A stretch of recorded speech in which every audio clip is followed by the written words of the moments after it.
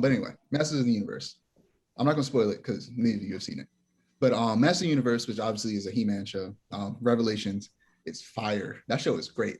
The beginning of the second part, I was a little iffy on, but that last episode literally paid every single thing off.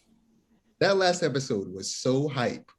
I don't want to spoil nothing, but man, was it good. I'm excited to see it. I really do.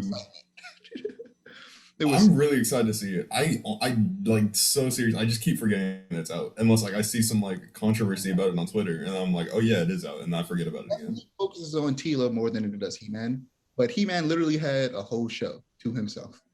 Right. Not that serious. But I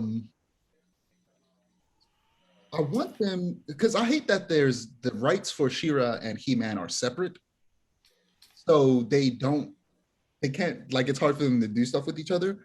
But there was a tease at the end. I'm not going to spoil what the tease was, but the tease might hint at the fact that there's going to be a next season, first off, based on the end of that, the end of the show. There's gonna be another season of Masters of the Universe There's Revelation. going to be another season because they teased it at the end that there's more to tell. But also they teased that potentially She-Ra could come in to this universe. Master Universe is also Brianna, if you didn't know, because you say you didn't hear about it. It's a continuation of the original He-Man show.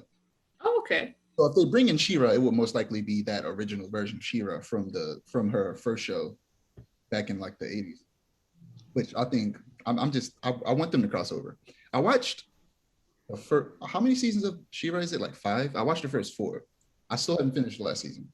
I enjoyed the first 4 seasons. I binged it basically, and then I got tired of watching it, and I still haven't finished it yet because I kind of just burnt myself out of it. But I couldn't really get into it, to be honest. Like, my friends were watching it, and I was over when they were watching it, but I just couldn't get hooked on it.